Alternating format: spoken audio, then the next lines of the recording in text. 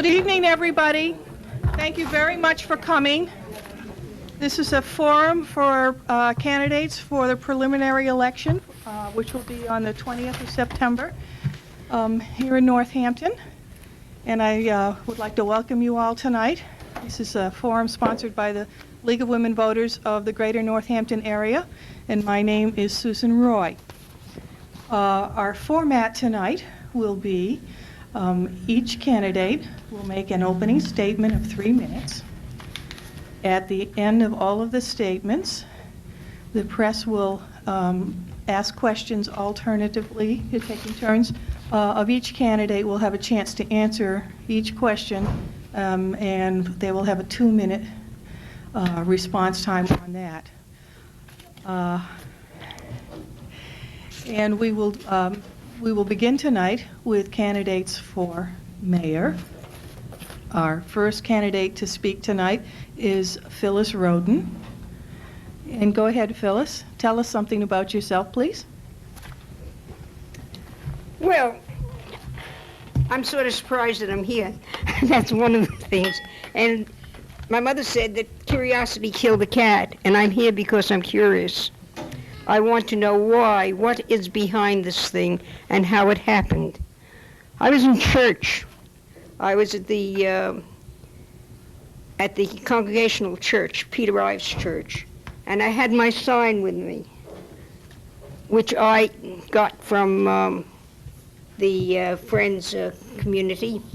And when a kid about 10 years old came along, and he looked at it and he said, he says, "I like your sign." I said, "You do?" He said, "Yeah." He says, "But how are you going to get peace in this world?"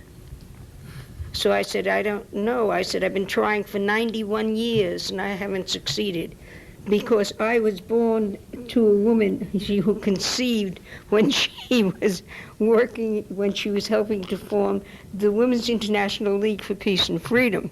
So I am already, I'm in inception. I started my peace work." He said, "Well," he said, "I don't know about you," he says, "but you'll be a long time dead, and I'll still be paying for your mistakes." Do you know what an epiphany is? It hit me right in the middle of the head. I hadn't done enough. Something had happened. That kid was going to grow up in a world in which he would have to pay for my mistakes.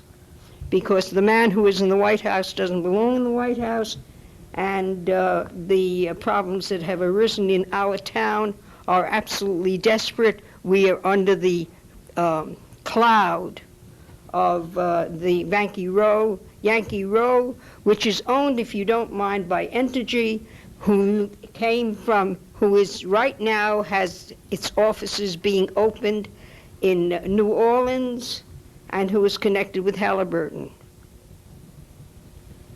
And the question that I am asking is, I have five points that I want to make. I'll tell you about them later during the discussions. But one of the points that I would like to make is, what are we going to do to prepare for the desperate situation that is going to occur in this town when Yankee Row blows up, which it almost did 10 days ago. And how did I get into the peace movement? I've been in the peace movement. I mean, I can't think of any time that I haven't been in the peace movement. But what I have done that has directed me back into the United States was, I worked with Bertrand Russell in England, who sent me here to find out why we still were in Vietnam War. Phyllis. Okay? Thank you. Thank you. Mr. Roy Martin will Thank you for the privilege of addressing my old organization. Good evening, ladies and gentlemen. I think we should give Phyllis a great hand, because just for showing up, right, it proves that she's interested in things and interested in the politics. All right, so I think we should give her a good hand. Why, thank you, Rick. Now, on to me. Good evening, ladies and gentlemen of Northampton and fellow candidates. Tonight I come before you as a poor, humble candidate for an honest and trustworthy job as your most humble mayor. This position, a most humble but honorable position, dedicated to all the citizens of Northampton, the diverse society, from the newborn child to the 100-year-old citizen. You're almost here, dear. All right.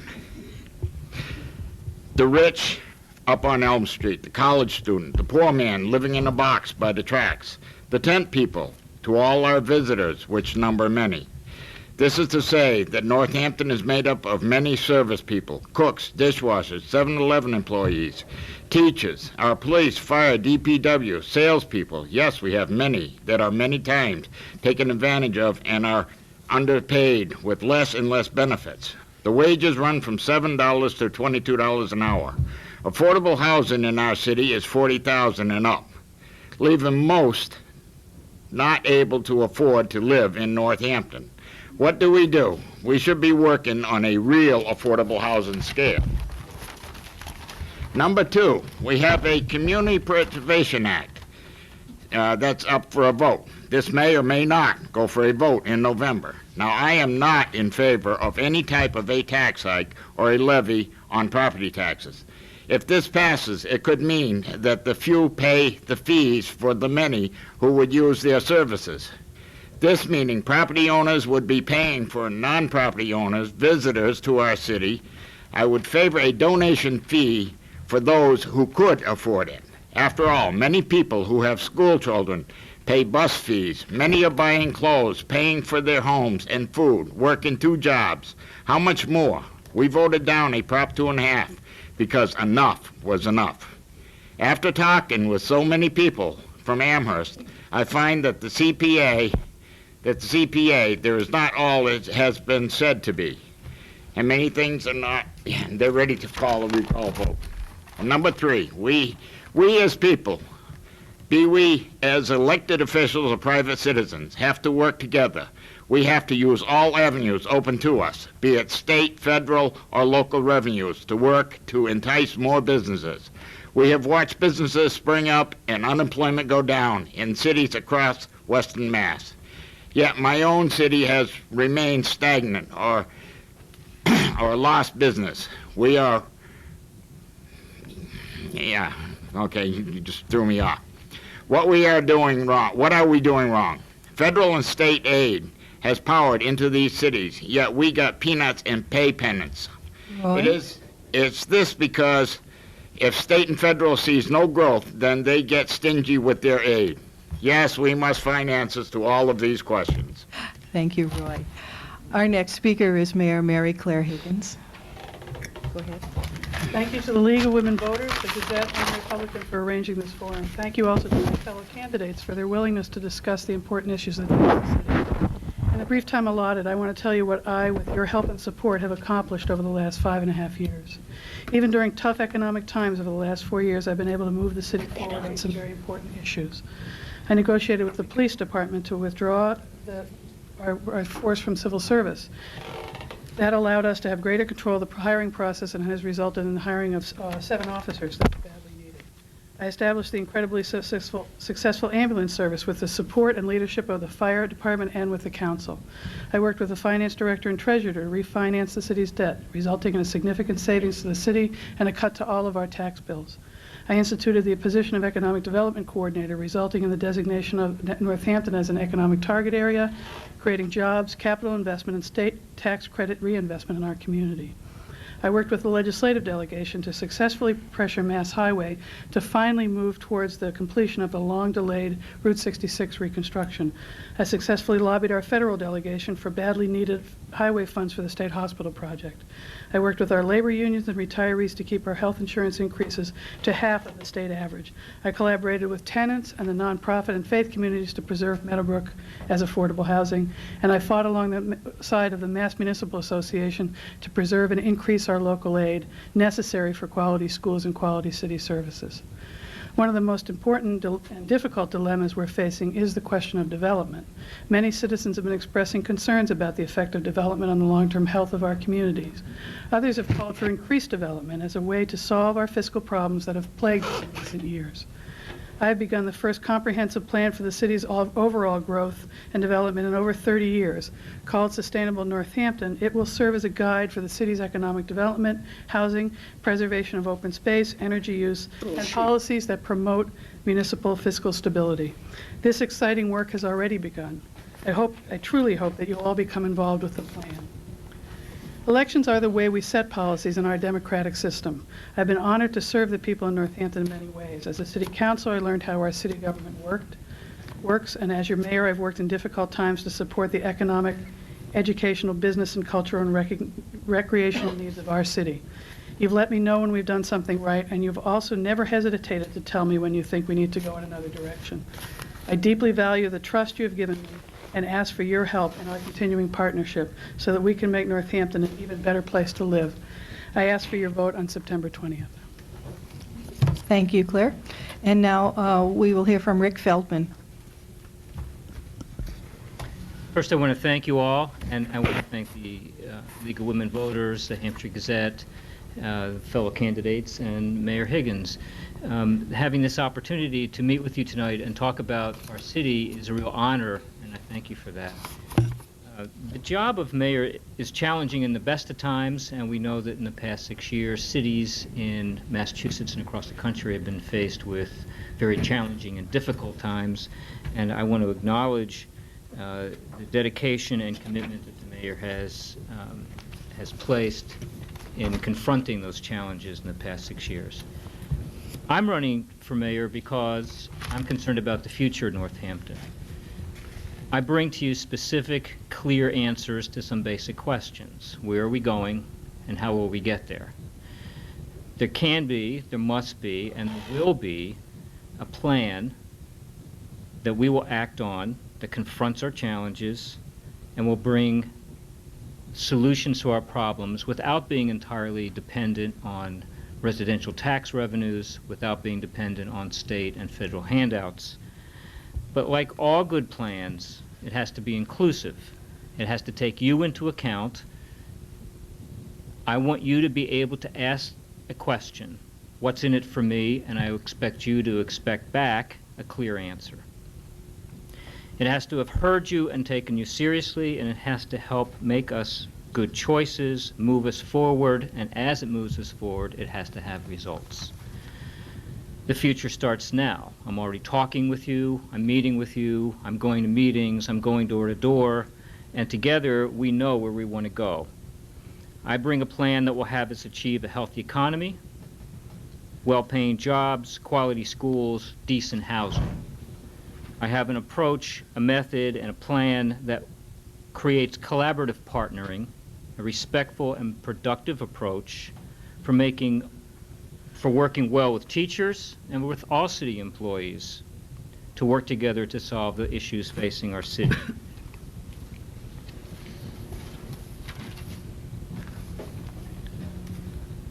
You should not have to wait longer for the solutions.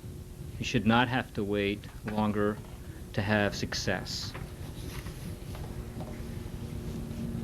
I hope that we don't face another year of waiting, another 6 years, another 14 years without having your commitments fulfilled.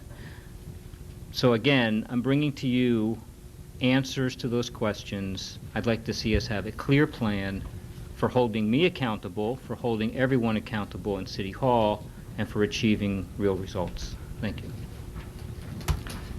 Thank you, Rick. Tonight we have 2 members of the press. From the Union News, we have Fred Contrada, and from the Daily Hampshire Gazette, we have Lori Loisel. They will be asking questions during our question period, which will be 20 minutes. Each candidate will have 2 minutes to answer each question. And we will begin with a question from Fred, please. Thank you. I'd like to know how each of the candidates sees the business climate in town and what, if anything, you would do to improve it. Roy, would you go first? Just a minute, Fred. This, look at that, it popped out. They on TV, keep it wrapped up. Well, at least we know you'll be a hands-on candidate. Go ahead, Fred. Did you all hear the question? Do it again. Do it again. I'd like to know how each of the candidates assesses the business climate in town and what, if anything, you would do to improve it if you think it needs improvement. Roy, would you begin, please? Oh. Well, I've watched business in town, and I've watched business fold up and go out of town, leave town. And, I think I've watched more business leave town than has come into town. I've seen other places, take Agway, for instance. Agway has just decided they were going to leave. I don't know if they've sold to another place of the same kind or anything else, but there goes our farm store. Agway's all across the country. They're taking care of farms and farmers. And here in Northampton, all of a sudden, they don't have business enough or something because it's not Agway. You look up and down the King Street corridor, right? How many, now, like the car lots, right? A fellow from Albany, New York came here and bought up all the car lots, moved them all to one spot, and now we got 5 spots that's empty, up for rent. What is it doing? What's it doing for business? And how are we going to end up bringing business here? Well, we're going to have seminars and stuff. We're going to have to bring people in that will have little portions of their business here for business purposes. And if we can bring in some good business. We lost Pearl Brush. That was a big loss. We lost all these different businesses, right, one right after another. Mary Ford did bring in, she brought in the Coca-Cola company, right, when she was in, and she worked on bringing business in and bringing money into the city. She was good at that. She did cost us a lot of money, but hey, right, I can't blame her. She did what she thought she had to do. Look at the new schools she got us. So, with that, I say that there's no easy question to bringing business into town. We have to do seminars. We're going to have to send out people to talk to people. Now, I've been over and talked to Arnold's Meats over in Chicopee, and they're thinking of maybe moving the place over here. Thank you, Roy. Okay, my time's up. Claire? I guess I'll talk to you about Arnold's Meats after the meeting there, Roy.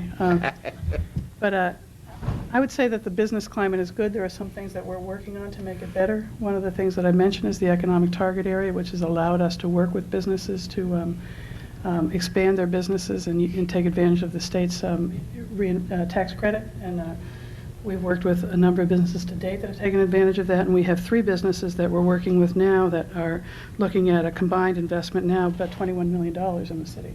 So I think that is a tangible thing that we've done, which is to create this economic target area and to work with these businesses to expand and grow. Over the last couple of years, we've had some changes in the parking system. Some of them were not that popular. I still have a few shotgun wounds in my back from some people who weren't so happy about the changes, but I think we've made some changes to the better. And anybody who's used the garage, I've gotten very good feedback about that. I think that's an important part of our downtown economic engine. It's important for us to work with our very large employers. Cooley Dick is a good example of a very large employer in the community. I will note that Northampton is an importer of workers, one of the 5 communities in the valley that actually imports workers to work in the city. So I think we're doing pretty well. There are things that we can do, especially for the downtown economy, that could make a difference. The marketing of the downtown is a key issue. I know the Chamber's working on, and the city has talked to them about how we can be of help. Finally, the state hospital is a critical part of the next step of economic development and business growth in the city. That's our, we don't have very many areas where new businesses can grow. The state hospital is a key place for business to grow. I've worked with the federal delegation to get money for roads there, worked with the state delegation and the state administration to get a CDAC grant for roads and other infrastructure needs there, and I worked with Mass Development to move this project forward. We're seeing some progress. It's a long, hard process there, but I think we're going to see even more process in the next months. Thank you. Rick? Well, a couple of things I want to say in response to that. One is that we have a very diverse business, so business climate has to encompass retail and industry and commerce. And so each of those has a slightly different different response. The retail and service sector economy in Northampton has been sort of the foundation, and I think that's a problem only because it's too much, that we rely too heavily on a service sector economy, which has the lower paying jobs and doesn't bring in the kinds of tax revenues and development revenues we need. I do believe that we need more in the way of industry and commerce. I'm concerned about keeping places like Cole Morgan, making sure they're satisfied, and attracting more industries and businesses like Cole Morgan. I don't think we're doing an adequate job to do that, to attract them. We're not working well, in my opinion, with regional entities, with higher education, with places that can do the spin-offs to bring in the cutting-edge industries that I think Northampton would be a good home for. So I'm very interested in making sure that we do more to build the industrial and commercial base, which would produce the kinds of tax revenues we need into the future for schools and public safety, senior services, and so on, and would have higher paying jobs. On the downtown side, on the retail side, I think there's more we need to do, keeping the city clean, making sure that people are attracted into town, providing affordable shopping opportunities in other places in town, and parking. I think parking has improved. I think we need more parking, and I'd like to see another parking deck located somewhere near the downtown area, and I believe there are some proposals in place for that. Thank you, Rick. Phyllis? You know, I'm listening to you and I'm thinking of the fact that I've been in this town for 25 years and I have watched it deteriorate. I am looking at my town now as I sit in front of Starbucks, whom I feel very strongly about. And I am seeing that we are turning not into a town that thinks about people, but into a town that thinks about the comfort of automobiles. We are supporting the oil industry.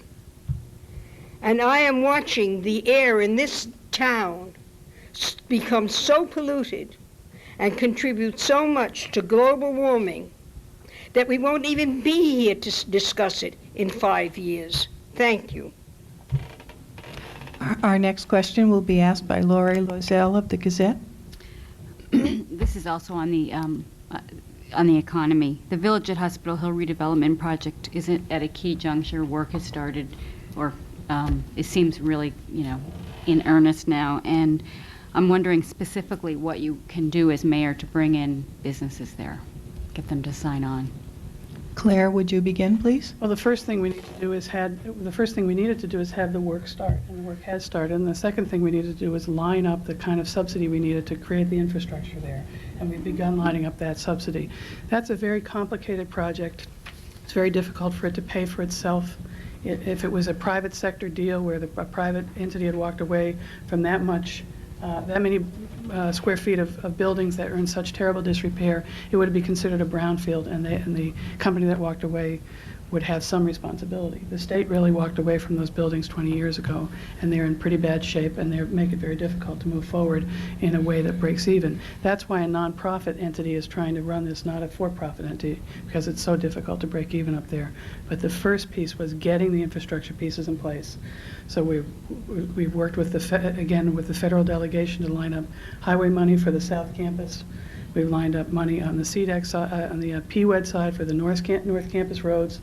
We are already talking to businesses about relocating there. I know that Mr. Feldman mentioned Cole Morgan. We worked with Cole Morgan to relocate them there. It's turned out that it works out better for them to stay right where they are, and that's where they're going to stay.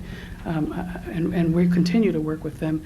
By the way, the Economic Development Coordinator has worked with an average of 50 distinct businesses a year in my office, trying to figure out how to help them stay in the city of Northampton. We are recruiting businesses there, but the first thing we need to do is put the infrastructure in place so that businesses that the lots can be subdivided and built on. Rick? Wait, she's got it ready. Okay.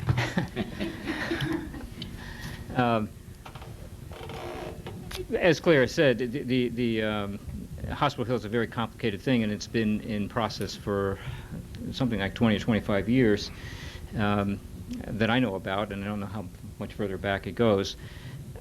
One of the reasons why Kollmorgen didn't go there, from what I understand from that company, is that the development costs at that site are extremely high. It needs a lot of cleanup. It needs some demolition. Some of the land formations are difficult for companies.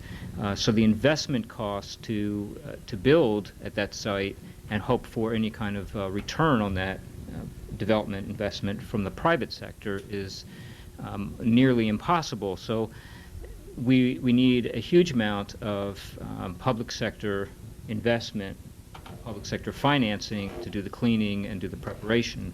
That's why we have federal funds now starting to put in roads.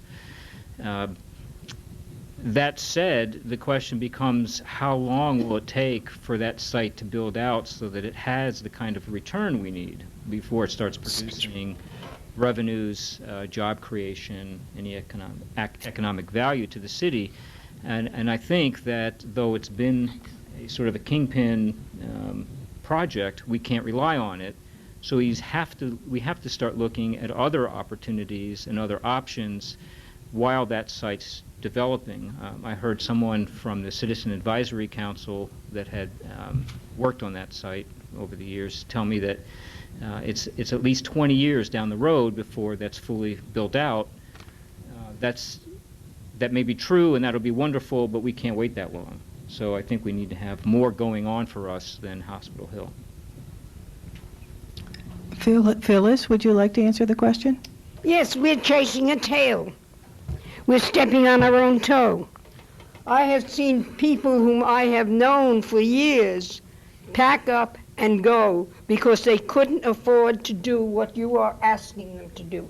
And that is to raise the level for a handful of investors to come in here who will probably spend all of their money in New York or in Boston and will leave us with the problems that arise about bad sidewalks, plants, places that you cannot get into because they are inaccessible.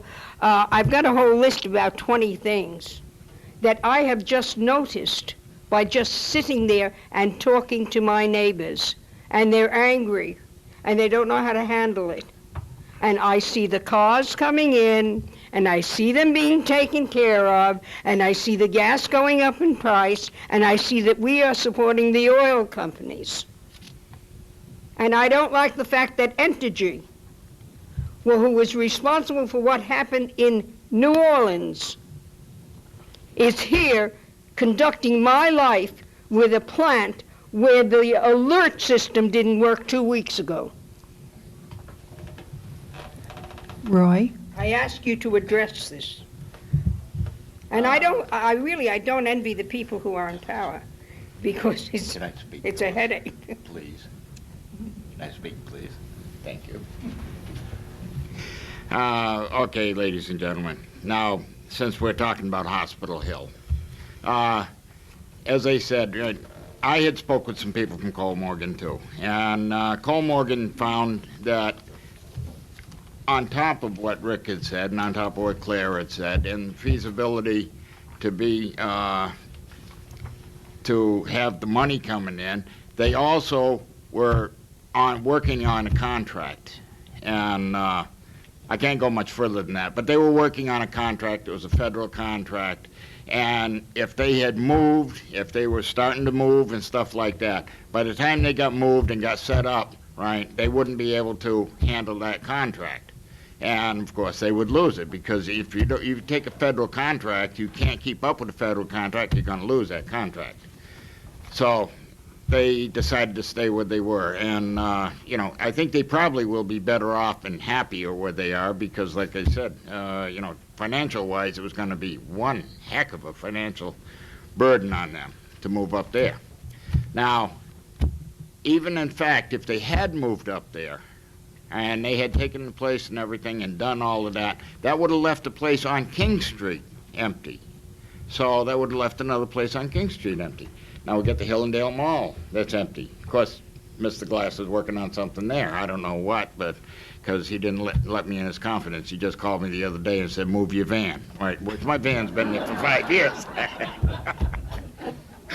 Yeah, you know, he's been real nice with me. Mr. Glass is a good person. He calls me from all over the country. He called me from Florida. He called me from the Cape. I think he's down the Cape this time.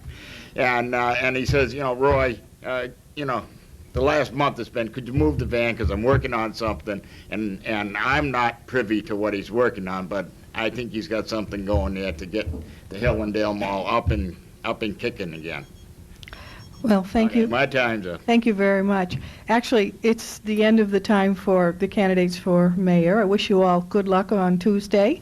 And if we could have a change of the guard and have the candidates for school committee from Ward 3 come up. Thank you, everybody. Applause is appropriate at this point.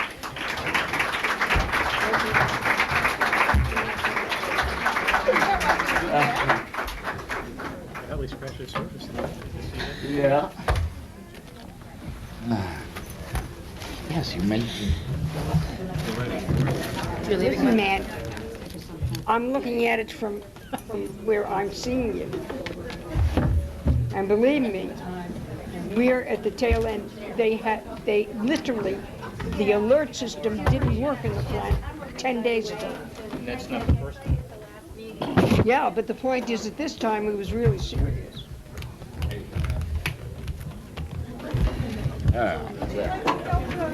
Yeah, I'm gonna. Susan, I think, Yeah, because I got to get Phyllis a ride home. Susan, how much do I owe you to rejoin Some of my? my gas, Phyllis. I'm giving you a ride home. How's that sound? Okay, You fine. know, Would you like me to- that old smoggy old van of mine. Okay. Anywhere you want to go. Let's sit back here and listen for a while. Meet some of the people. No, I'm in back here.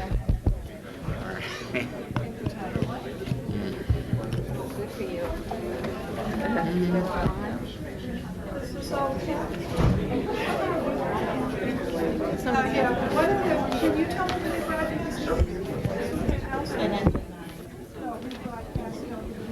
What's the other guy's name? Come on, let's go. Who's going to roll me out? Very much. Huh? I'm so. Let's go. Okay. What do I do with my cane? Your cane is here. That's right. All right. And my song. There you are. It's a hot seat. Here we are. You want to sit? All around the world. This has been an 8:30. There you go. Going out to the store. Then we can say. We just thank them.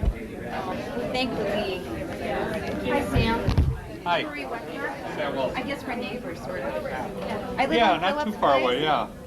Where do you live? I live on Kingsley Avenue. Which is Yeah, on the other right. side of Pleasant Street. Yes. It's, I just have to tell everybody it's Roberto's. Oh, yeah. That's where Roberto's is. But you're near the cafe. You're near Northampton Coffee. Oh, yes. We know that. It's the new pulse of the neighborhood. That's, I'm sorry? Well, I sit next to you. That will be that will be fine. Okay, I'm going to move over here next to Lori. Is Fred not coming back? We're on Neighbors deadline. It goes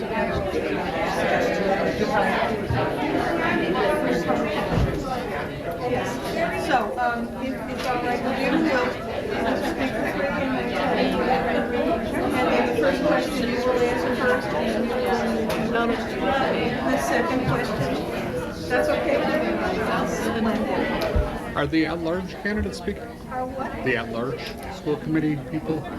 Only the candidates for this preliminary election are speaking tonight. We're the only ones. On the ballot on Tuesday. Anything where there has to be a pre-election. Oh, that's right, there is no, I'm sorry. That's okay. That's okay. Our swimming race. Hi, Dan. So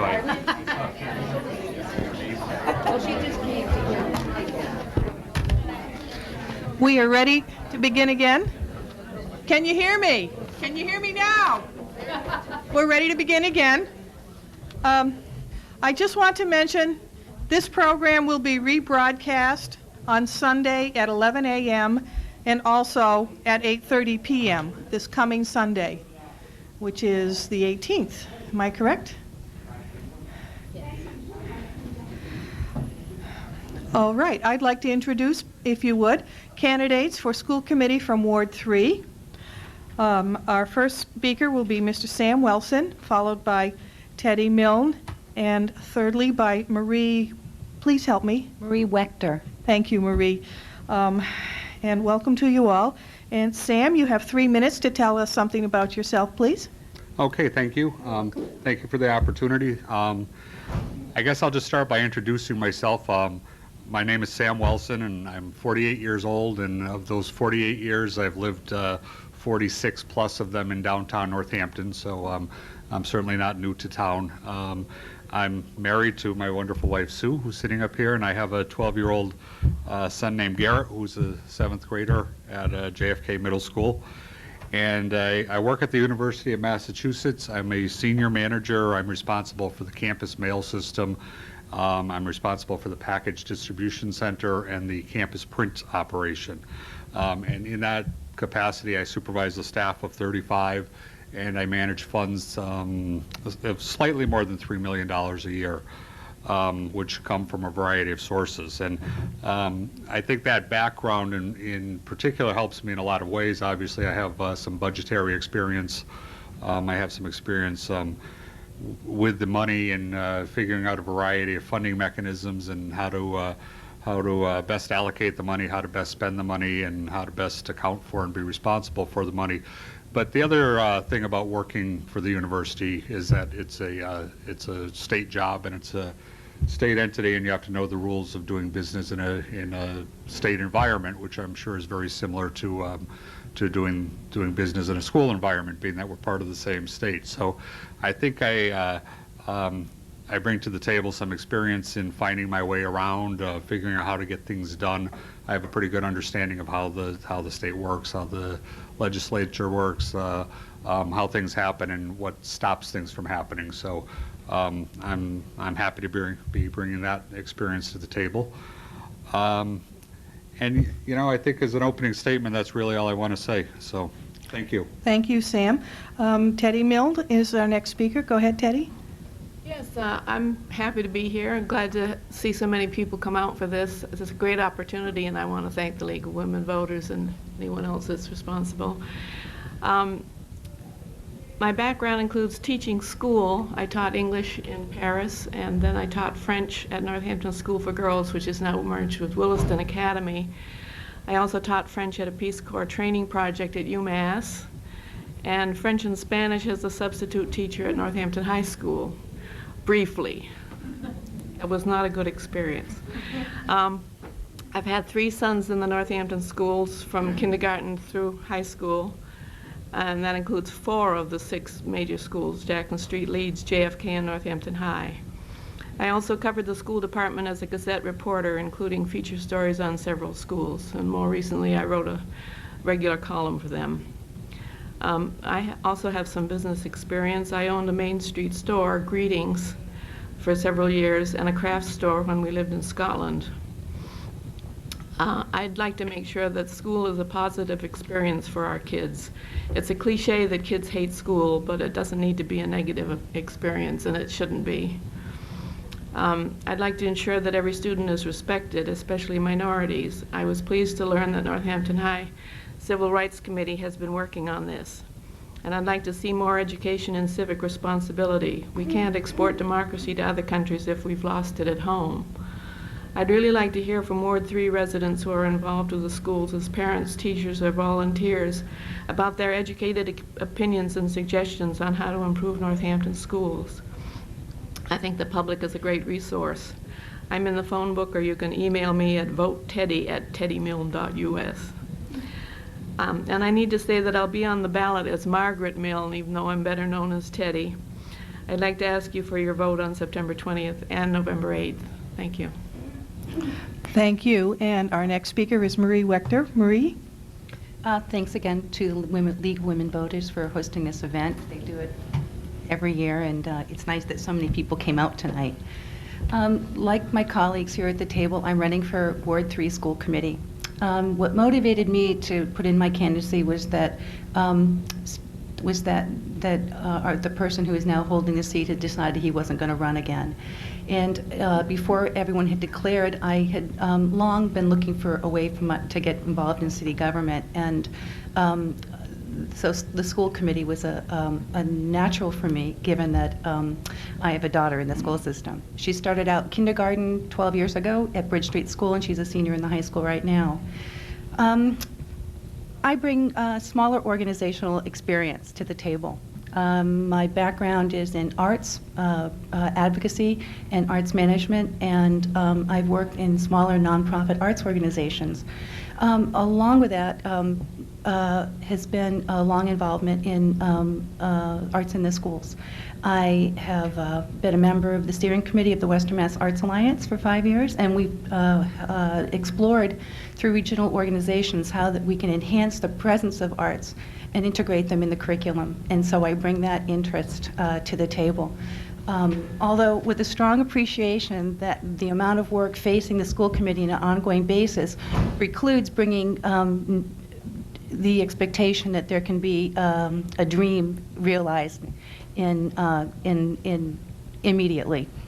So that the challenges to the school committee are great, and the challenges are there. MCAS is expanding into science and history. That's going to stress some more the pressures on the system. Funding isn't secure. We don't know what the picture is going to look like. So I want to echo what Margaret said in that I think the most important thing that we can do is to give the people in our wards an ear, so that people's concerns are heard and brought back into the loop. So thank you. Thank you. Our first question will be asked by Lori, and Fred leaves his apologies, but he has a much earlier deadline than the Gazette does, so he had to go. And he has left me a question, which I will ask after Lori. Go ahead, Lori. Well, you all kind of touched on this in your introductory remarks, but I wanted to ask you each to articulate a little more why you want to be on the school committee. Teddy, yeah, go ahead. I think my past experience has led me in this direction, and I think I can be useful. I'm a pretty good listener, and I don't come to the table with my mind made up about everything. I come to the table with an open mind and want to listen to what informed opinions are about what the schools need, and then have a thorough discussion. Of what can be done. Thank you. Marie? Well, I have a general interest in the school department and the schools, but what makes me really excited about the opportunity to serve on the school committee at this point is that for the last 10 years we've watched Ward 3, specifically in Ward 3, the community come together and play a larger role in its own political process. There's the recent citywide efforts to come up with the Meadows use plan is a wonderful example of the positive interaction between the city and the ward, and spearheaded in part by Marilyn Richards. And the community, Ward 3, is there's a lot of positive energy there, and I'd like to be part of that and help keep that going. Sam?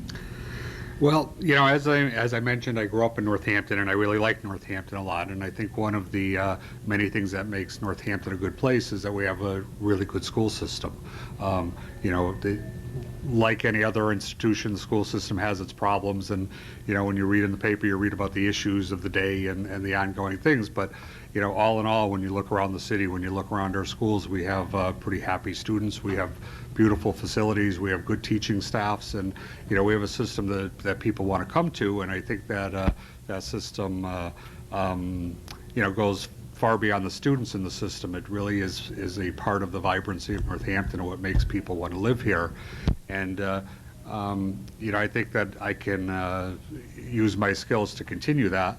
and to help keep it a vibrant system, to help solve problems that might become obstacles, that could change that character a little bit. And, I mentioned before my 12-year-old, and I know when he was in elementary school, even though I really didn't sit on any formal committees or anything, my wife and I spent a tremendous amount of time in the schools. I remember one day holding the wood block while the kindergarten people swung the hammer, and I was really hoping that they hit the nail and not my hand, and for the most part they did.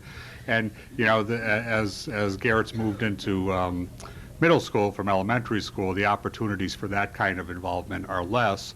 And this is an opportunity for a new kind of involvement, a new kind of a way of remaining in my son's life, in the school life, and also in the community. Thank you. And the question I have from Fred is, if the budget is tight again next year, where would you look first to economize before starting to cut positions of teachers? And we will begin answering with Marie, please. Well, I don't think we can lose any more teachers. Classes in the younger grades, as anyone who attended or listened to the school committee meeting on Thursday night heard, that we can't afford to lose any more teachers. Economize is a tricky word. I think that there's a trend also shown in the other night's school committee meeting of a parental group who put together, had a special interest, and then did the research to create a report which will then support the efforts of, for example, the special ed department. That happens across the city, and we have a lot of citizens who are prepared to help, and I think we need to explore those kinds of cooperations much more. So rather than thinking about cutting or economizing, I would think about enhancing and allowing more people in the system to provide services that they have, because we have a lot of wealth in the community and a lot of goodwill on the part of the citizens to help enhance the experience. Sam? Well, I thought about that question while Marie was answering, and I think that kind of question is one of many kind of questions that if you're not really in the system, if you're not really looking at the figures every day, if you're not really involved with the principals, with the superintendents, with the people who are dealing with it, it's really tough to have at somebody's fingertips answers to questions like that, because I have to be honest with you and say I couldn't answer that tonight. I don't really know where the economies are, but I can tell you I think the position that I'm running for isn't so much to have the answers to all of the questions, isn't so much to say, oh, I'm going to do this and I'm going to do that. The position is to use your skills to look at the problems at hand, to talk to the people who might have the answers, to facilitate those answers and work with people to coming up with solutions. And sometimes often the solutions might be the least of a number of evils. And that's what the position really is. The position isn't to get elected and come in and say, here's my agenda and here's all of my answers and here's what I'm going to do. It's to use your skills and make yourself available to solve the problems that need to be solved. Thank you. Teddy? Well, I've said this before, but I believe that sometimes it isn't a matter of money being available, it's a matter of our priorities. And the city really needs to address what its priorities are. If the school system is important to the city, then there might be some economies in some other departments. Maybe I'm not going to suggest anything. No, that's not a good idea. But I think that what Marie said about community involvement is already a great thing that's going on with the school system. I've been hearing a lot of things that the community has gotten involved in.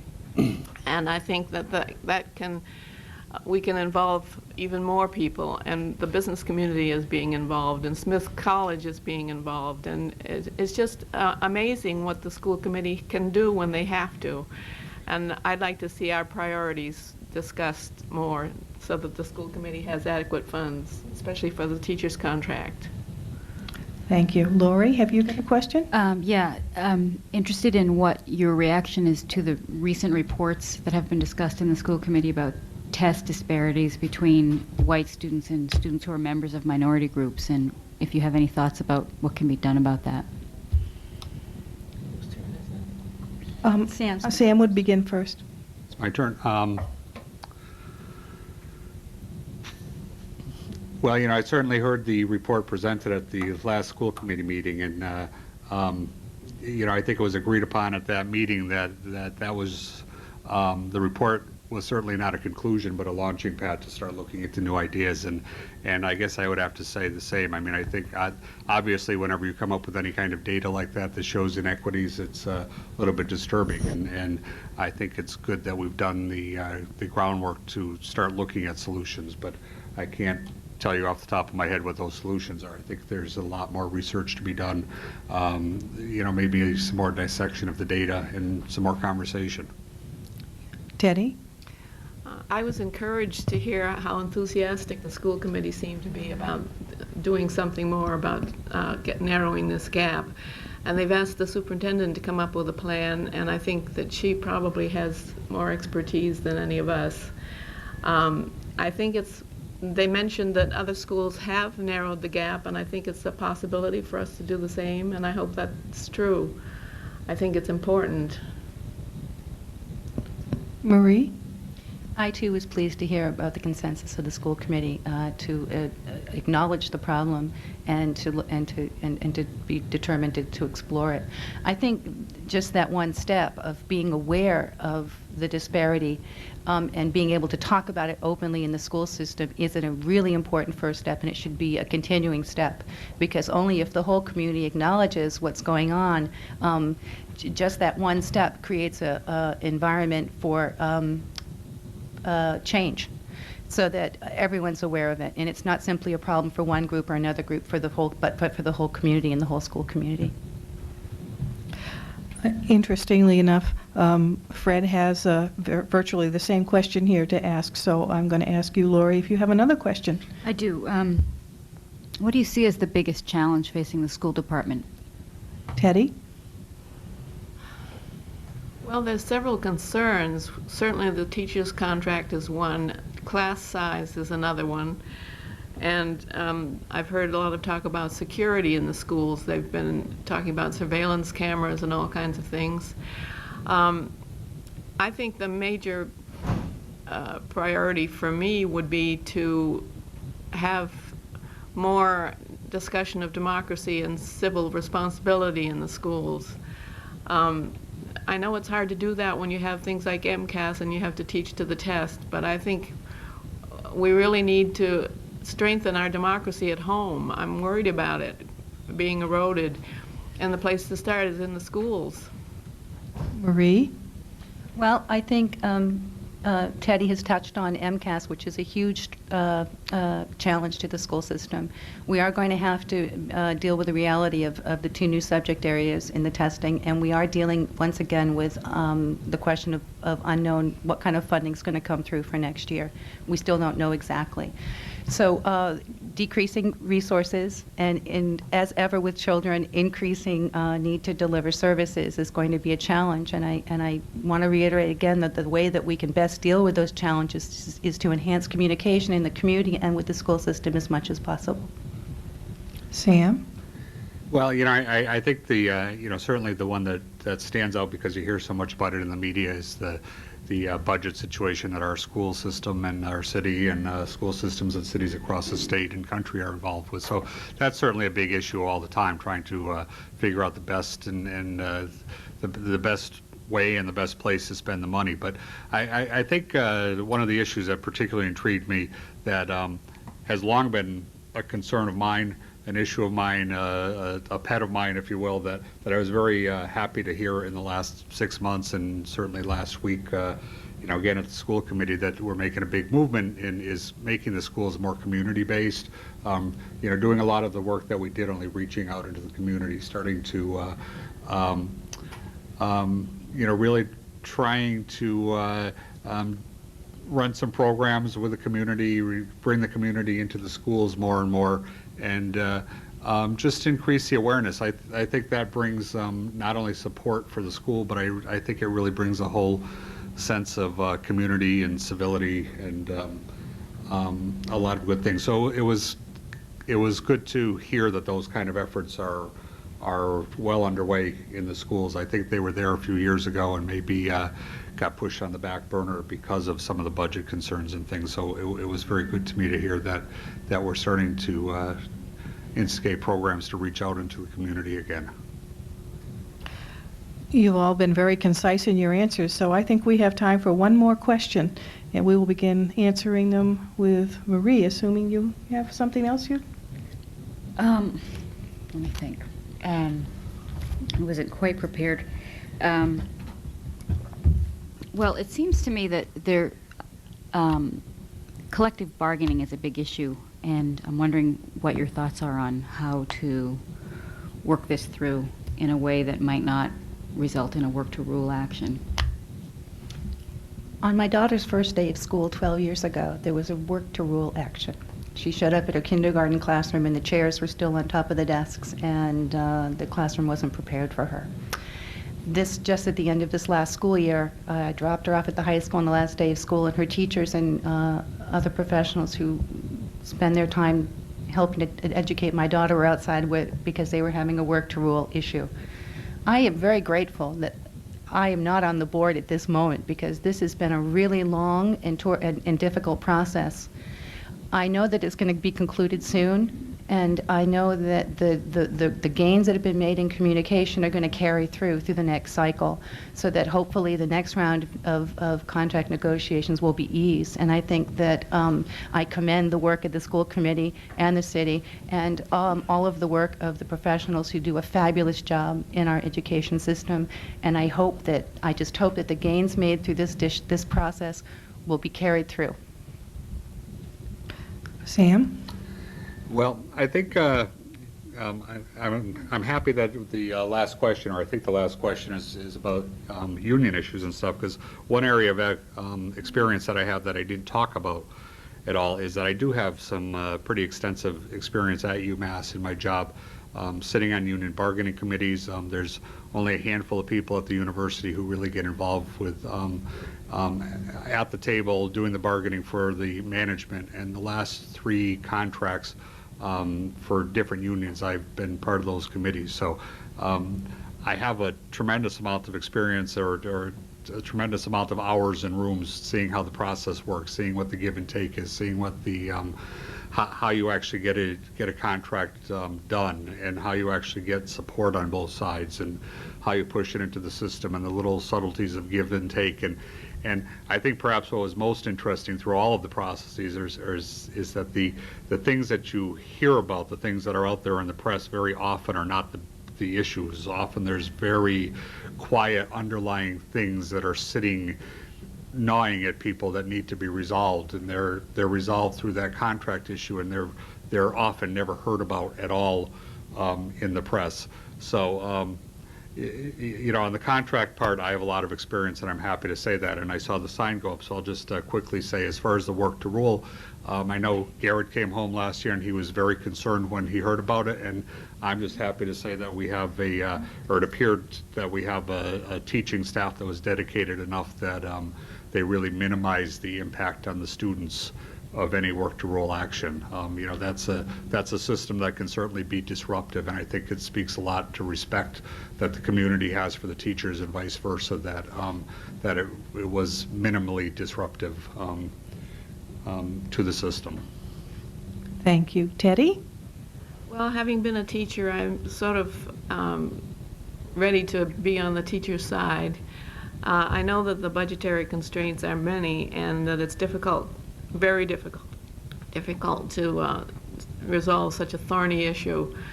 But I think that when, as I've read in letters to the editor, I'm not sure what the facts are, that Northampton teachers are paid less than other cities in this area. And when we realize that in our society we only have respect for people that are well paid, then it seems to me we have an obligation to see that they are well paid. And as I said before, maybe there's priorities that we need to change in the city, because it is a place where it doesn't make sense to have a city that's a college town. It's liberal, it's full of good things, and yet our schools are underfunded. Thank you very much for coming. I wish you all good luck in your race. That will be the end of our question period for candidates from Ward 3 School Committee. Before you step down, I'll just remind you one more time that this program will be rebroadcast on NCTV Channel 15 on Sunday at 11 a.m. and again Sunday, September 18th at 8:30 p.m. And the election is, of course, on the 20th, Tuesday, and I believe the polls are open from 8 to 8. Thank you, and would the candidates for trustees for Forbes Library come forward? Thank you. And I think I'll put a chair over here. I need 8. There are Okay. 9 coming.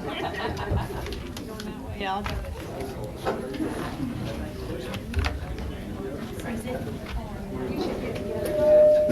Rusty.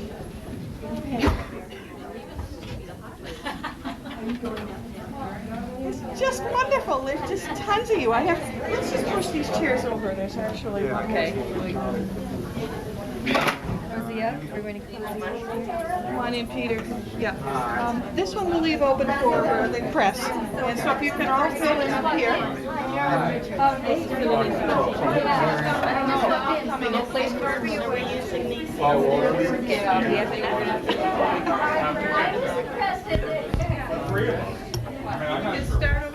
Oh, thank you.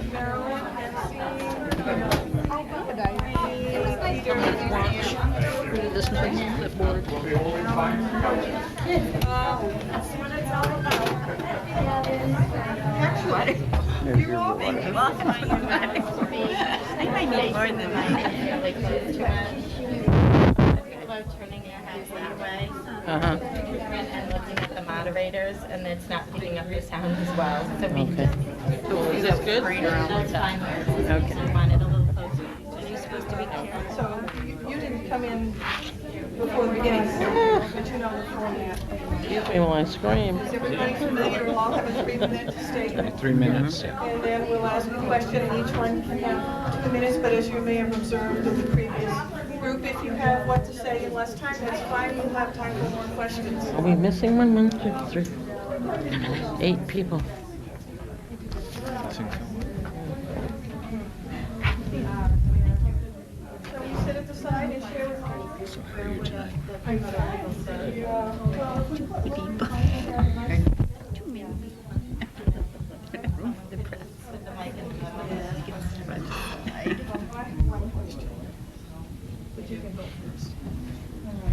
Let everybody go. Just gonna rank everybody in order. I know, I felt like I took two. Don't the polls open at 7? 7? You said 8 just now. I thought you I opened at stand 7. corrected. I'm not sure, but.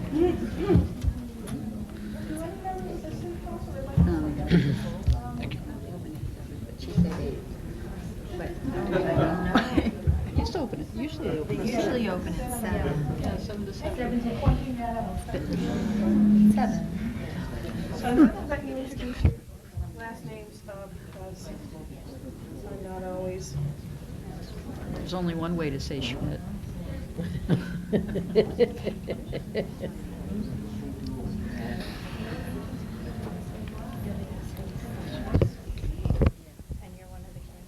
So she'll do it first.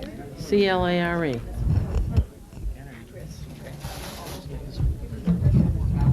Doesn't matter.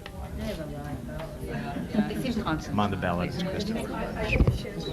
Okay, sharing is. Are we ready to begin again?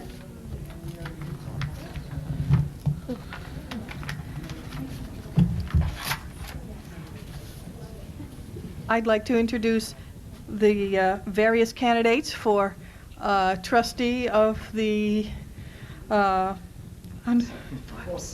of the Forbes Library. Yes, it has a more formal name, which you will see when you go in on the ballot. I would like to correct also, just mention the polls actually open on Tuesday the 20th at 7 for those of you who are early risers. Beginning at my far right, we have Lori Loisel of the Gazette, who will be asking questions from that angle.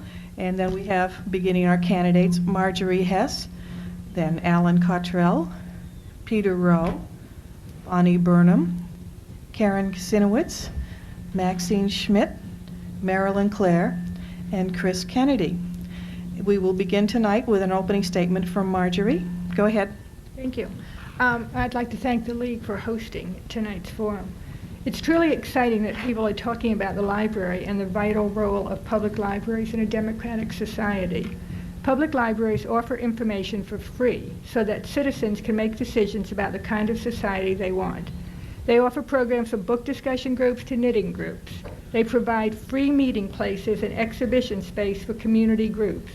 People accessing information, exchanging ideas, discussing issues. This is what a democratic society looks like. Yet today, public libraries are threatened by the Patriot Act, by censorship, by priorities of a government that places military spending and tax cuts ahead of health care, housing, education, and libraries. I believe that my background of more than 30 years as a librarian and my experience of more than a decade of community service in Northampton will enable me to help Forbes address the issues, opportunities, and challenges it is facing. What are the issues and how can I contribute? I've identified 4 primary issues. 1, defending the civil rights of library users. Excuse me. Libraries are threatened by the Patriot Act, which allows the government to obtain information about circulation records of library users. What you borrow or search on the internet is private information. We learn this in library school, and we take it very seriously. Additionally, some libraries have been threatened by groups trying to censor collections and displays. As a member of the Northampton Human Rights Commission, I organized and spoke at forums educating people about the threats to our civil liberties from sections of the Patriot Act and about libraries' responses. I have spoken out in public forums against discrimination and social injustice. 2, meeting the information needs of an increasingly diverse community. As the diversity of our community is enhanced, our library needs to provide books, programs, and displays for all members of our community.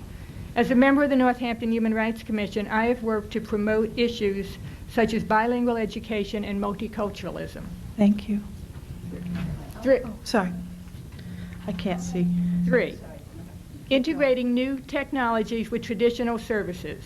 Forbes needs to take advantage of new technology, such as electronic databases, without sacrificing traditional books and programs.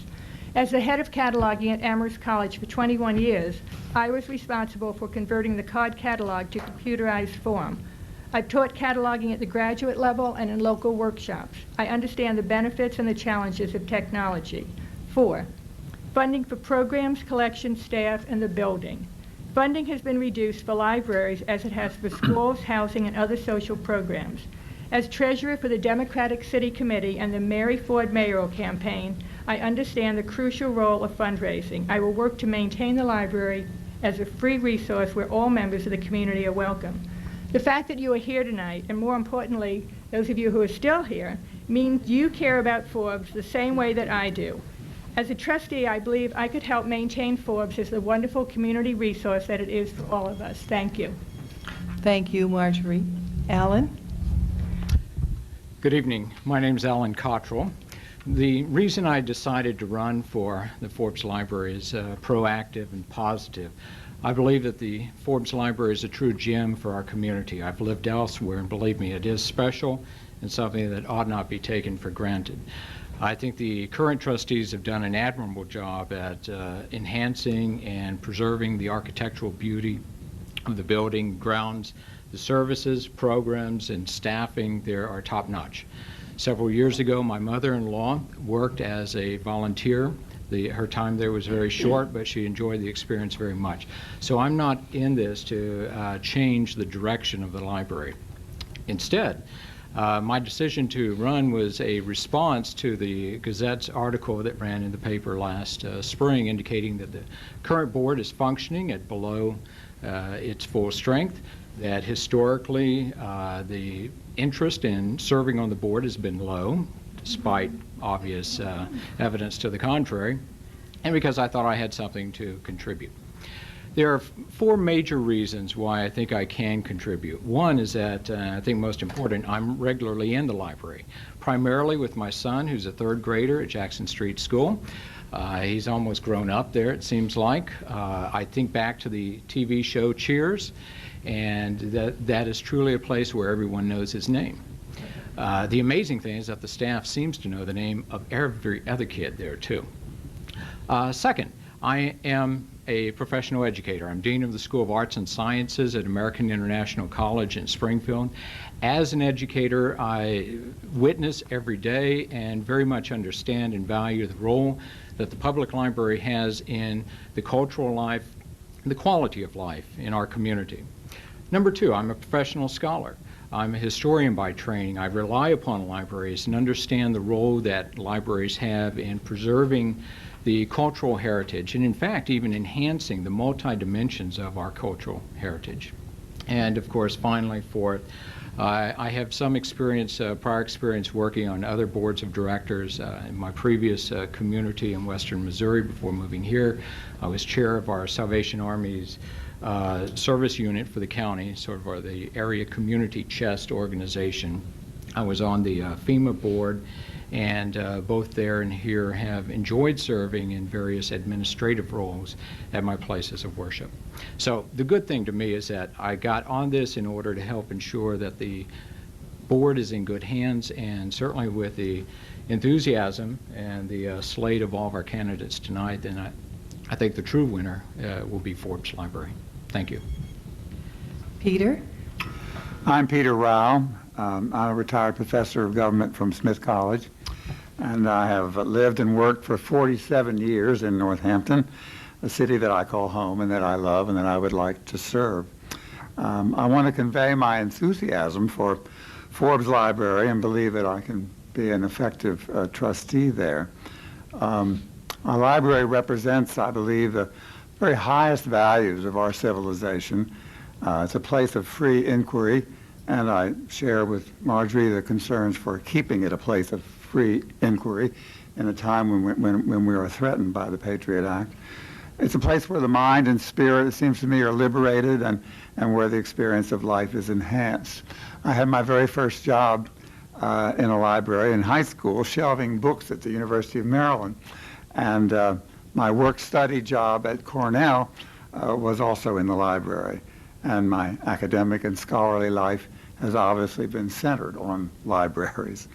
My motivation for seeking office as a trustee grows from my love and respect and concern for this very important community institution. I'd like to participate in the development of programs to serve the different users of the library services. The library is obviously much more now than a place where you borrow a book. It is a vital cultural center with programs to meet the needs of different users of all ages. And these will change as time moves on and the demands of library users change, both the elderly, the baby boomers coming on, and of course the work of the Children's Library. There are two other aspects I would like to, of development that I would like to support. Underlying all our goals for the library is obviously money, and it's clear that there's an urgent need for funding. The staff at the library is excellent. They're overworked, underpaid. There's nothing left to cut in the budget, so I would advocate an annual fund drive, and I think the trustees are already at work to consider that.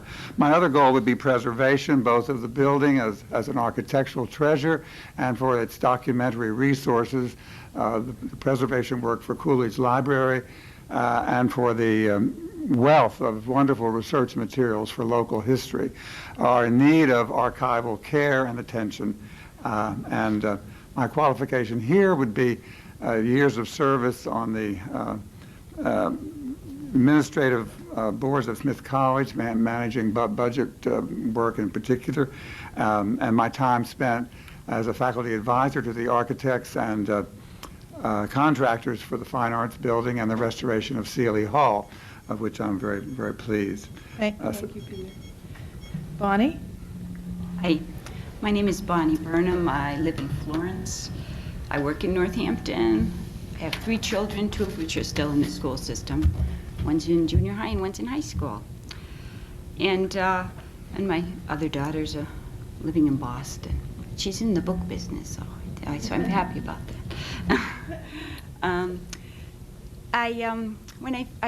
I've been living in Northampton for about 22 years, but I moved to Park Street in Florence about 12 years ago, and I was just 10 doors down from the Lilly Library, and that's really where I got started volunteering for libraries. I went in there, I started helping out, then one of the trustees called me and said, Bonnie, we're thinking of forming a friends group. Would you like to join us? So I said, yes, that would be wonderful. I've always felt really a lot of comfort and motivation from libraries. I've always, when I was growing up, I lived right next door to the library, and the children's librarian lived right across the street from me. So it was like a second home to me. And whatever city I go to, especially now that I've been working with libraries for so long, I always check out the library in every town I'm in. So I worked with 3 different directors, actually, and over the 12 years I've been at Lilly, and I still continue to help out there. As a friend, I've done fundraising. I've tried to put programming together. It was spoken about the last time we were all together about difficulties libraries have attracting children that maybe are in junior high or high school, that kind of 6th grade, 7th grade to 9th grade age.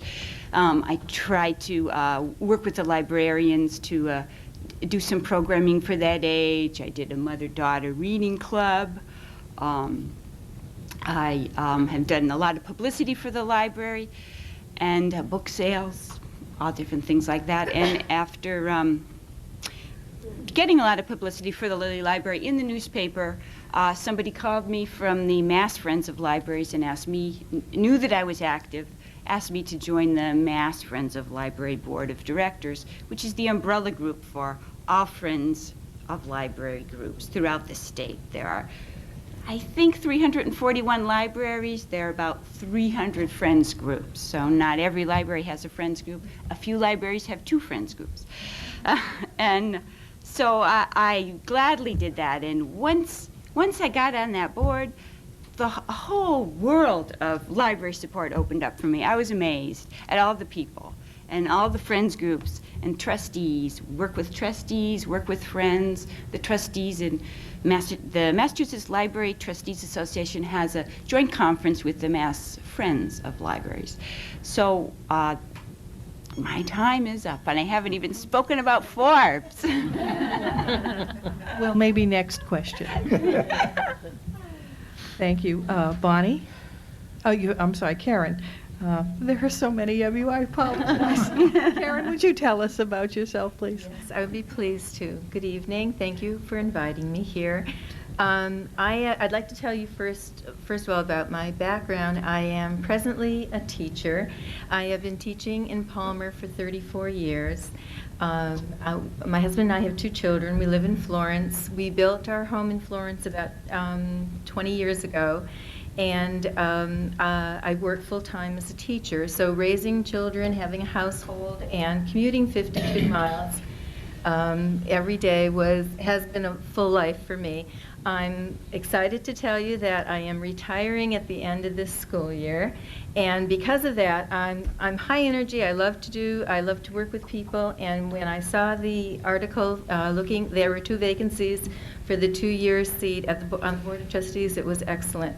The library is so important to the community, and it's beautiful. It's a beautiful building historically. The Board of Trustees who presently are there did a beautiful job, and it's just one of, I think, probably the most important job in the city right now. So I am willing and excited, and I've got a lot to learn. This will be a whole new area and arena for me. So I just wish people would vote for me on the 20th. Thank you. Thank you. Maxine? Hi, I'm Maxine Schmidt. I've lived in the same house, Northampton, for about 18 years, and I've been a user of Forbes Library for at least that long. I grew up in Wyoming, where libraries are a really important part of the rural way of life there. Excuse me. In those days, we didn't have any TV in Wyoming, and libraries were our major source of entertainment and information, and I spent a lot of time there. I'm one of those people whose blood pressure kind of goes down and my pulse rate goes down, and I just relax when I go into the library. Until January of this year, I was a health agent. I managed the Foothills Health District. While I was there, I developed budgets. I worked with town boards and other agencies to protect the public and environmental health. I finished my Master in Library and Information Science in May, and so I'm looking for a job in a library right now. I also have a master's degree in geology. And during the whole time I've been in school, I've worked in libraries at the University of California, at Harvard, and at UMass as a library assistant. And I know, as much as I love that work, that you don't do it for the money. That's for sure. Forbes has moved rapidly, and I have to say gracefully, into the 21st century. It provides these wonderful programs and technologies. But bricks and mortar are still with, well, at least the bricks are still with us. And dealing with the problems the building has is going to require some hard decisions and some hard work. I'd like to see the trustees start an energetic fundraising campaign. Fundraising has a double use. It brings dollars in, and to get dollars and to get noticed. Friends have done a great job with this, Friends of Forbes, but I'd like to see the trustees step up a little more. Forbes has been described again and again as a jewel, and it is. The building, the collection, and most of all the staff.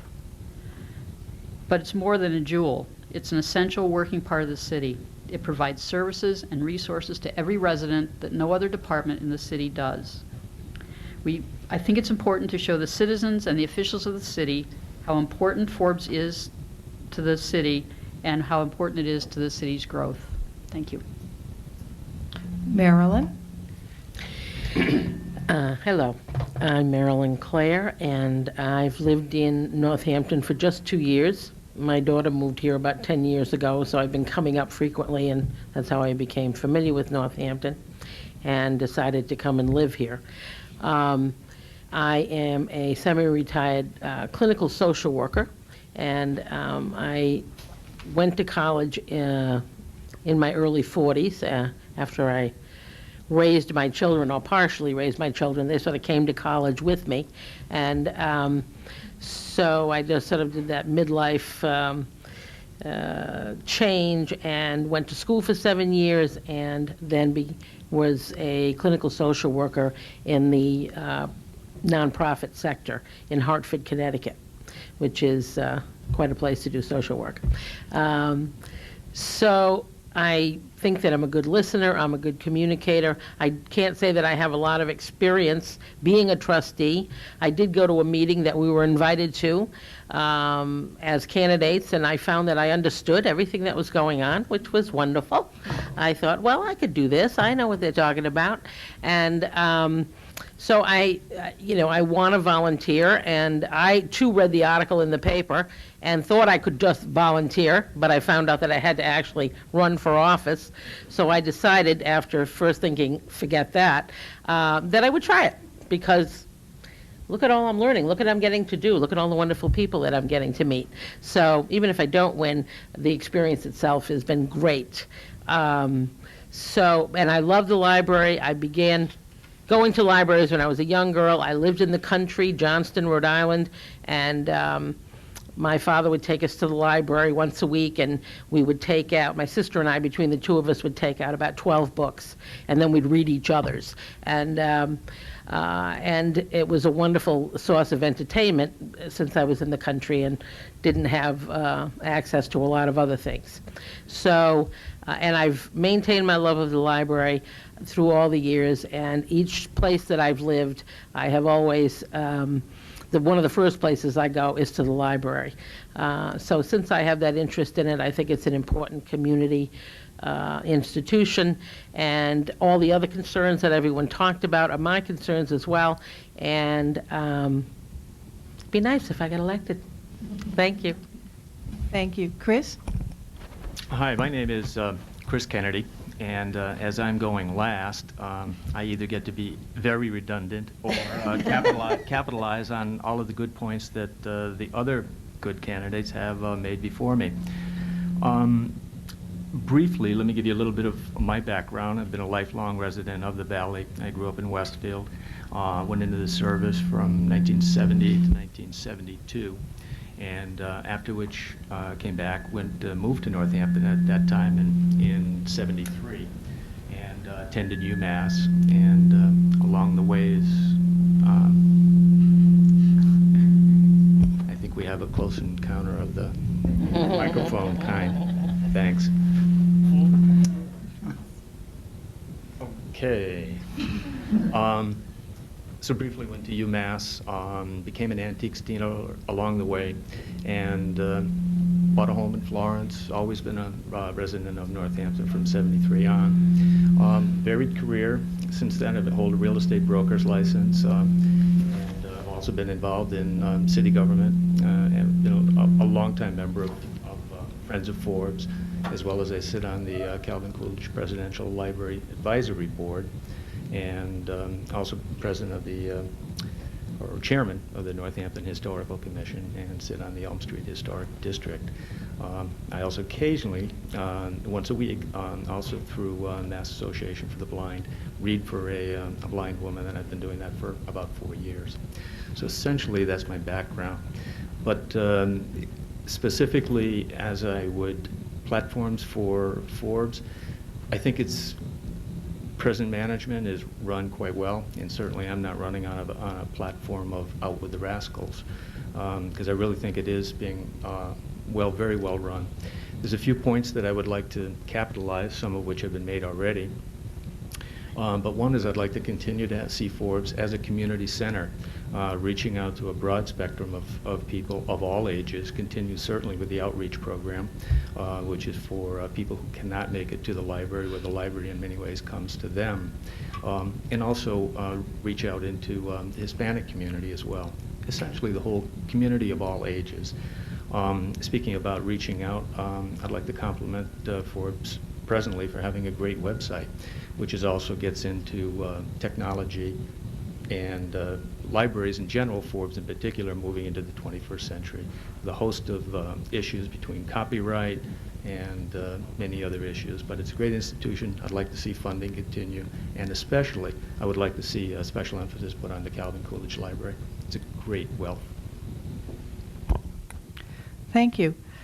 We now move to our question period, and Laurie Loisel will ask a question. As we have been doing all evening, we move up one candidate each time we answer a question, so we will begin with Alan Cottrell and come up this way and then finish with Marjorie. Go ahead, Laurie. You may have noticed people. No. Just speak loudly. People seem to like to or need to complain about the little things, and I've heard a lot of complaints about the parking meters in the library lot. Just wanted to ask you all your thoughts on that. It's amazing how many little things I've had pointed out to me just in collecting signatures for the ballot nomination, from wanting longer spaces for the bicycle racks for those bicycles that have the second tandem to them, to some bureaucratic issues such as having a book drop that is convenient on the back side of the building, convenient to the road. The parking meters is something that I have, when I first read about the idea, I thought, well, there's one problem, and that is addressing